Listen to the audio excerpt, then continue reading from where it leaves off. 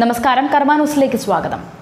ശബരിമലയിലെ പോലീസ് നടപടിക്ക് പിറകെ നിലയ്ക്കലിൽ അയ്യപ്പ ഭക്തന്റെ മൃതദേഹം ദുരൂഹ സാഹചര്യത്തിൽ കണ്ടെത്തിയ സംഭവത്തിൽ പോലീസ് അന്വേഷണം കാര്യക്ഷമമല്ല എന്നാരോപിച്ച് ഹൈക്കോടതിയിൽ ഹർജി. സംഭവത്തിൽ ഉന്നതതല പോലീസ് അന്വേഷണമോ കോടതിയുടെ മേൽനോട്ടത്തിലുള്ള അന്വേഷണമോ വേണമെന്ന് ആവശ്യപ്പെട്ട് മരണപ്പെട്ട ശിവദാസന്റെ മകൻ പന്തളം മുളമ്പുഴ സ്വദേശി ശരത്താണ് അഡ്വക്കേറ്റ് പി കൃഷ്ണദാസ് മുഖേന ഹർജി നൽകിയത്.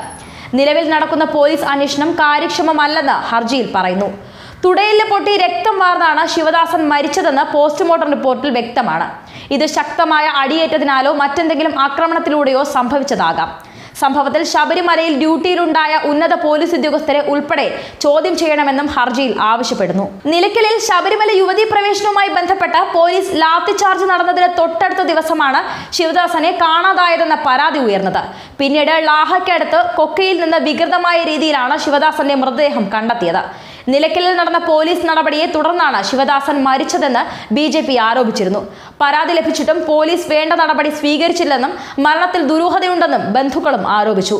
ശിവദാസനെ കാണാനില്ലെന്ന് കുടുംബം പോലീസിൽ പരാതി നൽകിയിരുന്നു. ശിവദാസന്റെ മരണത്തിന് നിലയ്ക്കലിൽ നടന്ന പോലീസ് നടപടിയുമായി ബന്ധമില്ലെന്ന് പോലീസും വ്യക്തമാക്കി. എന്നാൽ സംഭവത്തിലെ ദുരൂഹത നീക്കാൻ പോലീസിന് കഴിഞ്ഞില്ല. ഹർജി ഫയലിൽ സ്വീകരിച്ച കോടതി നാളെ വീണ്ടും പരിഗണിക്കും. തുലാമാസ പൂജകൾ നടക്കുന്ന സമയത്ത് ശബരിമലയിൽ ദർശനം നടത്തുന്നതിനായാണ് ശിവദാസൻ സന്നിധാനത്തെത്തിയത്. വീട്ടിൽ നിന്നും ഇതേ കാര്യം പറഞ്ഞു തന്നെയാണ് സന്നിധാനത്തേക്ക് ഇദ്ദേഹം പോയത്. ദർശനത്തിന് ശേഷം പുറത്തിറങ്ങിയ ശിവദാസൻ പമ്പയിലെത്തിയ ശേഷം ബന്ധുക്കളെ ഫോണിൽ വിളിച്ചിരുന്നു. വീട്ടുകാരെ വിളിച്ച ശേഷം തിരികെ വരികയാണെന്ന് അറിയിക്കുകയും ചെയ്തിരുന്നു. എന്നാൽ ദിവസങ്ങൾ കഴിഞ്ഞിട്ടും ശിവദാസനെ കണ്ടെത്താൻ സാധിച്ചിരുന്നില്ല. ശിവദാസനെ കണ്ടെത്താനാകാതെ വന്നതോടെ ബന്ധുക്കൾ പരാതിയുമായി ആദ്യം പത്തനംതിട്ട ജില്ലയിലെ പന്തളം പോലീസ് സ്റ്റേഷനിലെത്തി. പിന്നീട് പമ്പ, നിലയ്ക്കൽ പോലീസ് സ്റ്റേഷനുകളിൽ പരാതിയും നൽകിയിരുന്നു. അടൂർ DYSP ഓഫീസിൽ നിന്നുള്ള നിർദ്ദേശത്തിന്റെ അടിസ്ഥാനത്തിൽ പോലീസ് അന്വേഷണം നടത്തിയെങ്കിലും ശിവദാസനെ കണ്ടെത്താനായില്ല. ശിവദാസനെ സംഭവ സ്ഥലത്ത് നിന്ന് പോലീസ് കസ്റ്റഡിയിലെടുത്തതായി ആരോപണം ഉയർന്നിരുന്നു.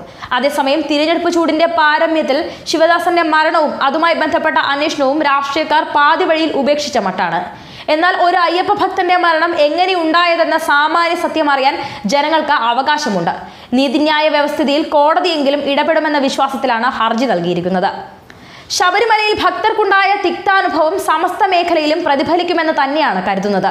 ഇത് മുന്നിൽ കണ്ടുള്ള ഇടപെടലുകൾ ഇടതുമുന്നണി ചെയ്തെന്ന് അവകാശപ്പെടുന്നെങ്കിലും ഉള്ളിൽ പരാജയ ഭീതിയുമുണ്ട്. ന്യൂസ് ഡെസ്ക്, കർമ്മ ന്യൂസ്.